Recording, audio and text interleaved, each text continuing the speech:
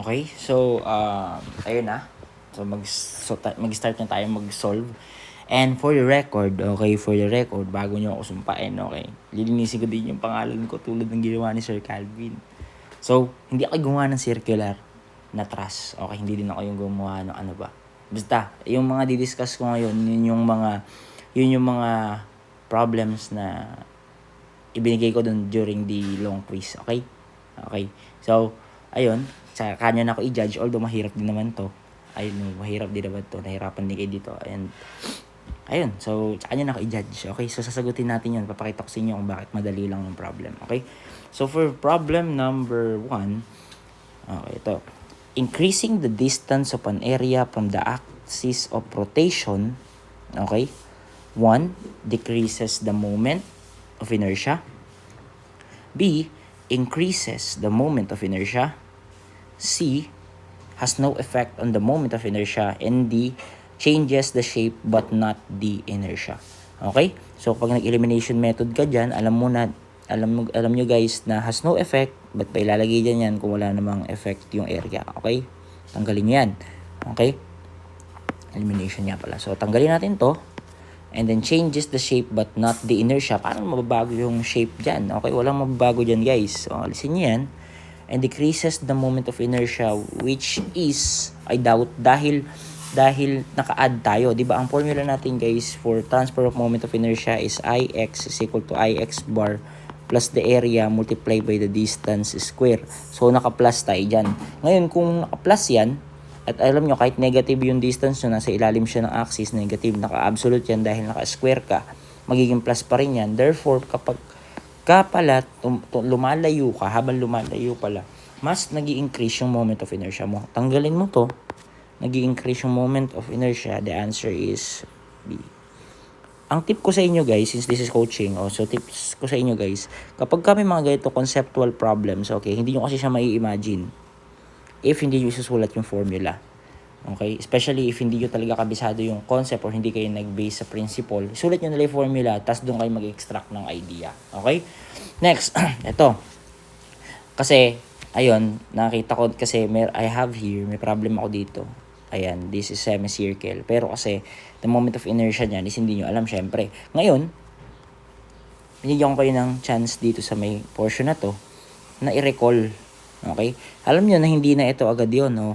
Diba, quarter circular area nga. So, hindi na agad siya yan, at hindi na rin to agad. Ngayon, ang maaalala mo dito, since ang nasa formula lang ata ng binigay ko, or nasa presentation is sa semicircle lang, kung kinabisado mo yung semicircle, alam mo na hindi na ito yung formula for semicircle. Meaning, hindi siya yung para sa quarter circle. So, ibig sabihin, the moment of inertia for quarter circle is simply 0.055 r raised to 4. Okay? Dali lang, no? And for the last one, the moment of inertia of a circle about its centroidal x-axis is basically pi r raised to 4 over 4. This is moment of inertia. Nakalagay dito sa ano. Pi r raised to 4. Ito yun. Pi r raised to 4 over 4. Okay? So, this will be pi r raised to 4 over 4. Okay? Sabi ko sa inyo, di ba? Pangsimulan nyo sa panghimagas. O yan, sisimulan natin sa panghimagas. Okay? Okay. Tingnan nyo mabuti. For the composite section is shown below. Ang dali-dali lang yan kung titingnan nyo mabuti. Determine the area. The number 4 is determine the area. So, sunod, determine the centroid along the x-axis or the x-bar. And determine the centroid along the y-axis. Okay? So, ibig sabihin, ang dali-dali lang neto. I think, guys, ang una nating step, diba, is to hatiin natin yung individual shapes into hatiin natin yung whole shapes into individual shapes. So, pwede ko ba siyang hatiin ng ganyan at ganyan. Okay? So, huwag yun na siyang hatiin ng bang. Diba? Ang dami. So, meron kang tatlong shape dyan, which is ito yung 1 mo, at pakitandaan, 2, and this is your number 3. Okay? So, ayan na siya ngayon. And then, the next thing we're going to do is illocate mo na siguro yung coordinates, individual centroidal coordinates. Okay? So, I think ito, for triangle is siya. For square, dito sa gitna. And for another triangle is located around this point. Okay, alam yan, yan yung BH. Ayan yung 1/4 from the base, 1/3 from the base, 1/3 from the lowest point, and 1/3 from the highest point, and 2/3 from the lowest point. O, diba? So, dyan located yung individual centroid mo. Next is by table method. Ito kasi medyo madali lang kasi talaga yung ano. Okay, ang formula natin by table, ang way natin by table method, isulat ang segments, isulat ang area, okay, and then the x bar, okay, and then wait lang, for notes natin dito, ba natin natin, okay, for notes natin dito, okay, for notes natin dito, positive kapag solid, negative kapag hollow. Tama ba spelling ko ng hollow? Yes. At ito namang x bar mo is, this is the distance from the reference axis, okay, positive to sa right of y, and negative to sa left of y. Okay?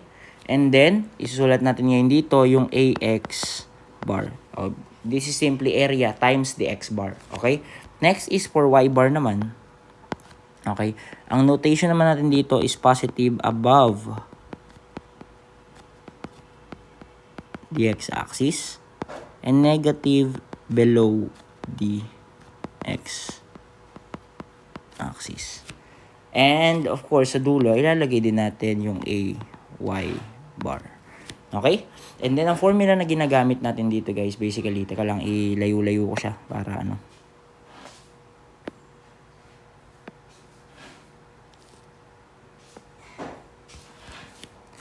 Okay. Wait lang. Mali pala.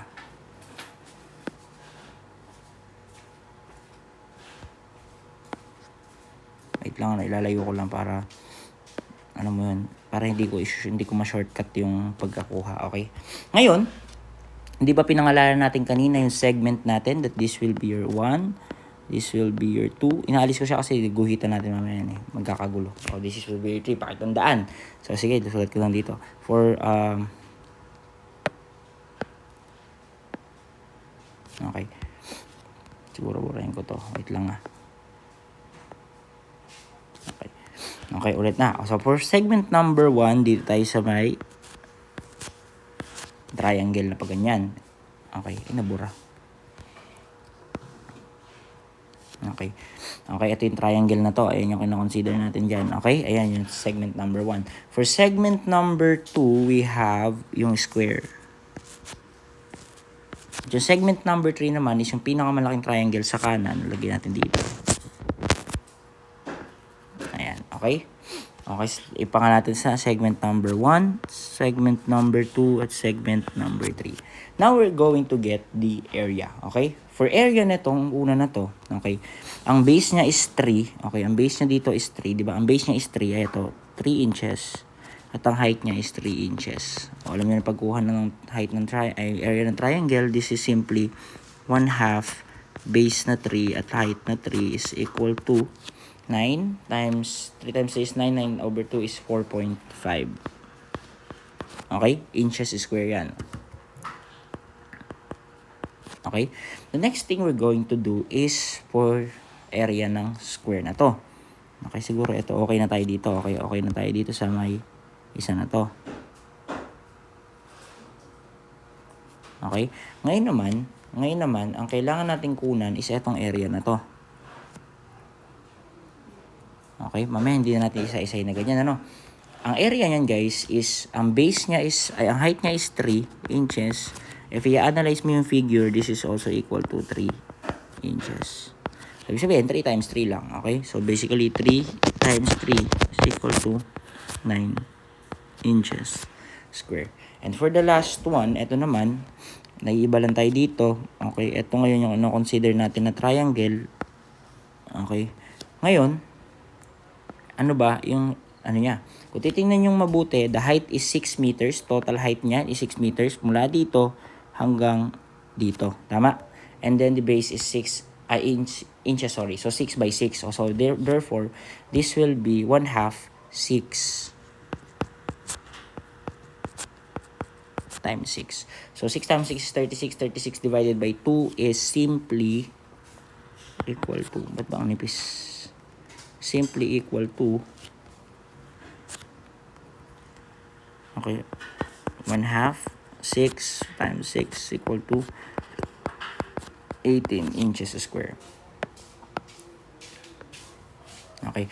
The next one is the X bar naman. Okay. Unahin natin yung for segment number 1.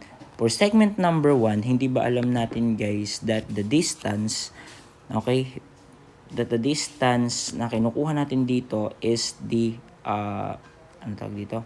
Is the, sorry, mali pala. Above of the X bar is the right of, yes, tama lang. Ngayon guys, makinig. Hindi ba guys that ang ano natin dito, ang X bar natin is from the reference axis. If this is Y axis, this is X axis, that's your reference axis, that's your referential axis. Ito yung Y mo. And then ito ngayon yung X mo. Nagkakaintindihan? Okay. Nagkakaintindihan. O basta yan yung X and Y axis mo. Ngayon, dito muna tayo sa segment number 1. Okay, sa segment number 1, ito yung hinahanap natin. Okay, this is your X1. Okay? Tama? Okay, for X2 naman, ito yon X2. At for X3 naman is ito yon. Okay? Ayan. And then guys, kapag ka naman, distance na yan ha. Ngayon naman, kapag ka naman Y yung hinahanap natin, it is simply, this will be your Y1. Okay, this will be your Y2. Okay, and this will be your Y3. Okay? Ayan yun yung mga individual, ayan yun yung mga distance ng centroid to the reference axis. Okay? Okay, and by the way, sagutan naman natin to, determine the area of the figure shown. Ano gagawin? Pagka-plus-plusin mo lang yan. Okay? So, 4.5 plus 9 plus 18, 4.5 plus 9 plus 18, it is simply equal to 31 square. Mahirap ba? Hindi naman, madali lang naman. So, this is letter A. Okay? Next is determine the centroid along the x-axis and determine the centroid along the y-axis. The x bar and y bar yung hinahanap natin dyan. Okay? And then guys, yung total. Okay, and then guys, for X number 1, di ba alam mo that yung X1 mo is equal to 2/3 ng base from this point. Tama? Ibig sabihin, 2/3, ano base niyan? 3 inches, 2/3 ng 3 is equal to 6/3 is equal to 2 inches. For segment number 2 naman, yung square, etong X2 natin na to is basically half nung base natin. So, 3 inches divide 2, lagay natin, 3/2 is equal to 1.5 inches. And para naman dun sa may, dun sa may pinakamalaking triangle natin, for X3, etong X3 na to, basically, kailangan mo kunin, okay, from this point, from the reference axis, pupunta ka hanggang dito, tama? And then mula dyan, i-add mo pa itong portion na to. Okay? So, ibig sabihin, kailangan pala dyan is 3 plus, kung titignan mo mabuti, nasaan ka bang reference? Nandito ka. From the highest point. Tama? From the, so, mas malapit ka dyan. Therefore, 1/3 yan ang base. At ang base natin ng pinakamalaking triangle is 6 inches. Therefore, this will be 1/3 ng 6. So, 3 plus 1/3 ng, 1/3 ng 6 is equal to 5. Okay? And then guys, positive ba lahat yan? Positive lahat yan kasi nasa kanan lahat yan ng y natin. Okay? Di ba? If this is your reference axis y, lahat yan papunta dun sa kanan. Okay? Lahat yan papunta dun sa kanan. So, tanggalin natin yan. Okay? The next thing we're going to do is siguro mamaya na natin i-multiply. Y bar naman muna. For y bar, okay, for y bar, yung y1 natin dito guys, yung y ng segment 1 natin is basically 3 plus 1/3 naman, plus eto naman, 3. Diba ito 3 plus, okay, diba mula dito sa reference natin, hanggang dyan, tapos paplasan pa natin ng ganito para makarating siya dun sa centroid niya from the reference x-axis. Therefore, this is 3 plus 1/3 ng height naman yan kasi naka-y tayo. So, 1/3 ng height mo is equal to 3. 1/3 ng 3. It is equal ngayon to 3 plus 1/3 ng 3. It is equal to 4. Okay? Next is para naman dun sa may segment number 2 natin. This is the y2. Ang kailangan lang natin gawin dyan is to, ang tawag ito, is to, itong y2 na to, isahatiin lang natin tong, kasi yan yung location niya, O, di ba sabihin, 3/2 lang din tayo dito. Same thing with kanina. So, 3/2 is equal to 1.5. Next is, for the third shape naman, ito madali lang to. Hindi ba 6 yung natin na kailangan mo to dito? Kung mapapansin mo, ikli niyan. Pag nakita nyo maikli, yung centroid ng triangle, 1/3 ng base or height yon. Okay, since vertical yung kinoconsider natin dito, 1/3 ng height. So, alam ba, height 6. O, the 1/3 ng 6 is equal to 2. Okay, ay, pero gay ko para hindi kayo nito. So, 1/3 ng 6 is equal to 2. Okay, mag-alala, isa-send ko tong, malayo. Isa-send ko naman tong ating, solutions. So, ito, so, next is multiply lang natin for ax bar. 4.5 times 2 is equal to 9. Okay? And then 9 times 1.5 is equal to 13.5. And para naman dun sa 18 times 5 natin, ax bar tayo. Ibig sabihin, itong area na to, ito times mo dito. Okay? O, yun lang naman yun. Kaya nga ax bar, a times x bar. Wala. Okay? So, next is 18 times 5 is equal to 90. Okay? Ngayon, kunin mo ulit yung sum na to. The sum of ax bar is equal to 9 plus 13.5 plus 90 is equal to 112.5. And para naman dito sa ay bar natin, basically 4.5. Ito pa rin yun, 4.5 times 4. Okay? 4.5 times 4 is simply equal to 18. Okay? 9 times 1.5 naman is 13.5. And 18 times 2 is 36. Okay, kunin mo naman ngayon yung summation ng ay bar mo. Okay? So 18 plus 13.5 plus 36 is equal to 67.5. Okay?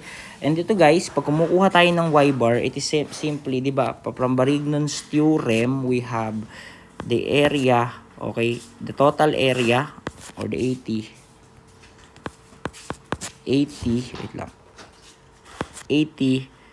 x bar is equal to area or summation ng area x bar. So therefore, i-divide mo lang to ng total area, cancel yan, total area, makukuha mo na that your x bar is equal to the summation of ax bar over the total area. So ang summation ng ax bar natin is equal to 112.5 over the total area na 31.5 inches square. Okay? So, ibig sabihin, this is inches cube. Okay, this is inches cube, di ba? This is inches square times this is inches cube. O, hindi ko nalagyan. Basta, sige yan. Basta equal to 1125 divided by 31.5 is equal to 3.571 inches. Positive, di ba? Positive. Therefore, right of y-axis. So, may pag nilocate natin. And for y bar, ganun lang din naman yun. Summation ng a y bar over the total area is equal to 67.5 over the total area na 31.5 is equal to 2.143 inches. So, positive yan. Therefore, above of x axis. So, pag nilocate natin yan, guys, ang centroidal coordinates niyan, this will be equal to 3.571 and 2.143. Pag nilocate natin yan dito, mula sa reference y-axis natin, this will be 3.571, siguro around 3.3 na tayo dito sa base, around dito siguro. Okay, siguro around dito yan. Siguro around something 3.571, siguro 6, 3.5, siguro around dito. Okay? And then para naman sa y natin is 2.143 above the y-axis. Pag nilocate natin yan, 2.143 siguro around dito. Kapag kinuha natin o nilocate natin yung centroid ng whole shape natin, ayan yan, ang coordinates niyan is 3.571 and 2.143. Okay? Ibig sabihin, mula dito is mula sa y-axis, this is 3.571. At mula naman dito sa x-axis, this will be 2.143. I hope that's clear. At meron ba tayong sagot? At yes, meron tayong sagot. Along the x-axis, we have 3.571. And along the y-axis, we have 2.143. Determine the centroid along the y-axis. So if that's the case, alam na natin guys ngayon kung ano yung ating mga centroids. Okay? So ayan, yung ating centroid. Okay, that's for problem number 1.